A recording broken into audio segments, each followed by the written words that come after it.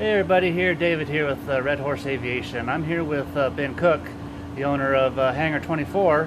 So we're just gonna talk to him and see what his story is about Hangar 24, his love for aviation, and kind of how the two go together.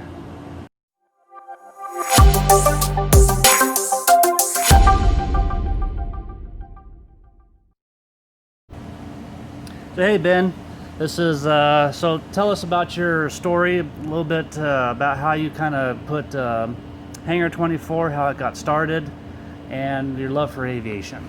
Yeah, well, I started homebrewing when I was in college at Cal State San Bernardino, and really just fell in love with the process of making beer and sharing really good beer with my friends and family, and the joy it brings and getting everyone together.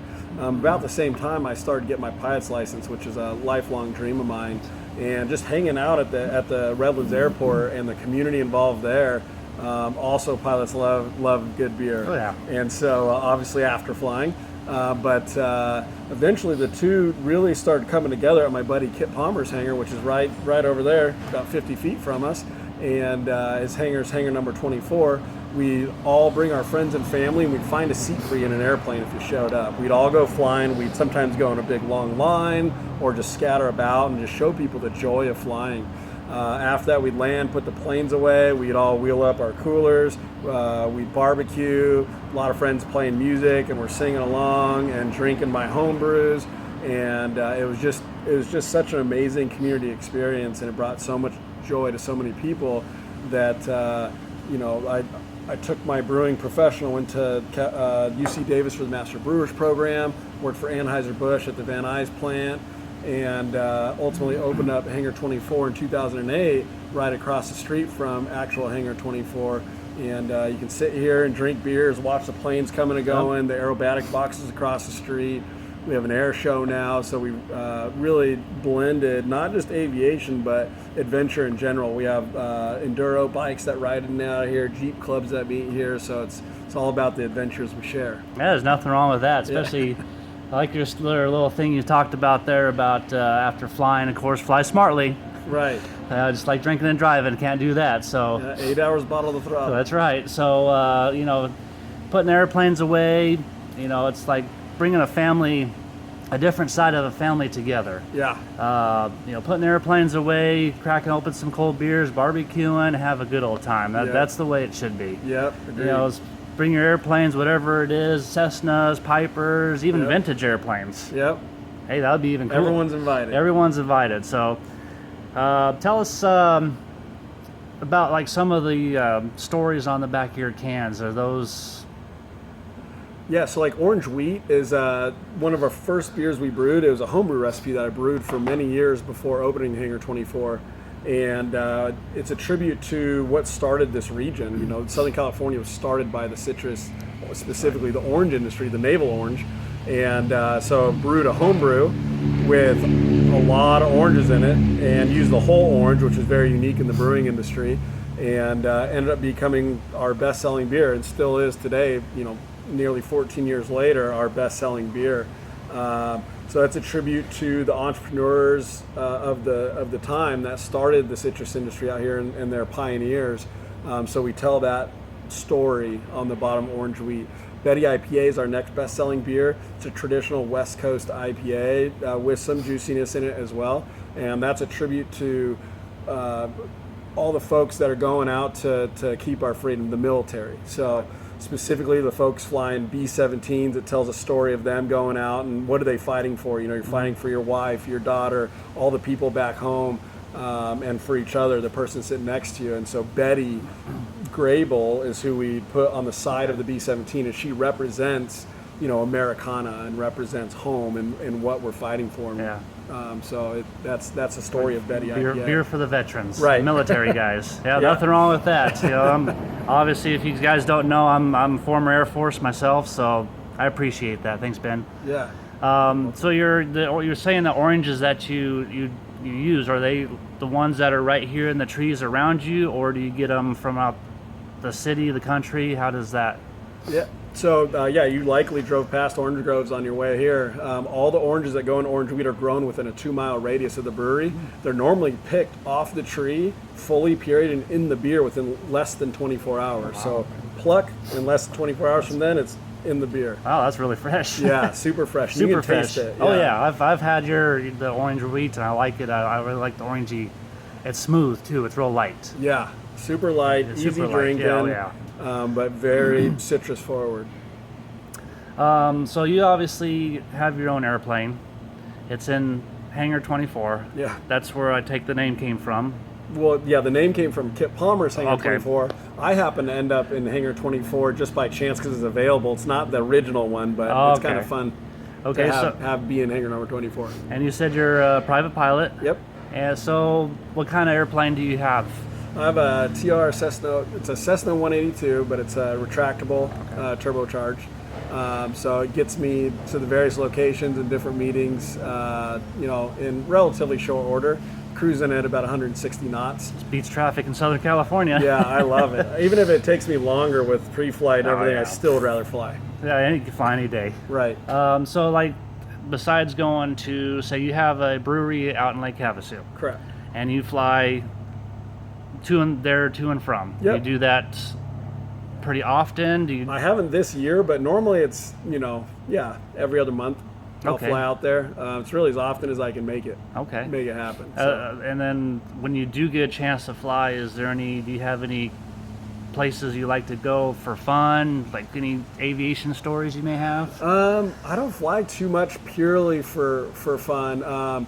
When I do get to fly for fun, what I love doing is I love taking people to fly up to Big Bear, just a quick little flight for breakfast, and then go just cruising around the mountains, and then hop over to Catalina for lunch and get the bison burger. Oh yeah. And then direct route back from Catalina to Redlands. That's kind of my fun little loop I love doing. Hey, there's nothing wrong with that. It's Yeah. been all day right there. Yes. Breakfast in the mountains and lunch on an island. That's right. And Yes. coming back and enjoying a nice cold Hangar orange 24. Hangar 24 orange brew. Right, exactly. So that's pretty cool. You obviously you guys have air shows going on here. Yeah. Um, Yeah, so we originally started the air show, the PT-19 flying right there, that's pretty cool. We originally started the air show, and I think it was our 5th year anniversary here at the Redlands Airport, but since, through various reasons, including the kangaroo route, taking over our parking lot and such, we've had to move it to San Bernardino. This year was going to be our first year holding it at the San Bernardino International Airport, which we were really excited to partner with them, but with COVID, we had to cancel that. We also hold one every year out in Havasu. We had to cancel that one this year due to COVID as well, which is unfortunate because we had the F-35 lined up for Redlands and the Toro and the F-16 lined up in Havasu. So we're hoping that we can get them back next year. that would be cool. Yeah. Especially out of San Bernardino, you got more room out there. Yeah, it's a huge Bigger airport. parking area to get hopefully someday bigger airplanes in the future. Yeah. And we've been fortunate to get a lot of stuff from March here too every year. So we have big stuff that's in the show, but people can't interact with it because it has to go land either back at March or at San Bernardino. The size. So one really cool thing at San Bernardino is it can land. Everyone gets to see that, and then go actually engage. Yeah, that'd be cool. At least that's a good, I guess, new location. Yeah. Even though it'd be cool, it's just right here. You sit here, have a beer, here at the brewery, watch the airplanes if it was here. But now with moving to San Bernardino, you get more room. Yeah. And hopefully you could be able to build on that. Yep. So We cool. would have loved to have kept it here, but it wasn't in the cards. But we're extremely fortunate to be able to partner with the folks at the San Bernardino International Airport. That's cool. I like Yeah. that. So now, like I know I mentioned this before, but you're a private pilot. Yep. Any thought in the future of going beyond, like getting your instrument rating, commercial, so on, getting upgraded in a different airplane? Yep. Absolutely. I mean, just like I feel like most pilots want to just continue their education. I started my instrument rating, and then early on in the brewery career here, and the brewery started taking off, and I lost time. So I couldn't complain about it. I loved it. I mean, I'd love to get multi-engine, instrument, and just really keep going. So now we've got a helicopter and a P-219 flying over it. It's an airport, baby. Yeah, that's right. That's the good thing about being an airport. Exactly. So, but yeah, I definitely would love to do that. Right now, what I would like to do, I was looking at T6s for a little bit, selling this and getting a T6. But my current obsession is getting some sort of off-field landing airplane, either a Super Cub, or even where I can still take friends and family and get maybe like a Cessna 170 or something with 4 seats in it, you know. But the tail dragger. I learned to fly in a tail dragger, and so I want to go back. You know, ideally something with a stick, but that's probably not. I don't even know if there is a 4-seater with a stick, so probably. Yeah, it's you know, you get yourself a Piper Cub, a tail dragger, you know, those bush flying.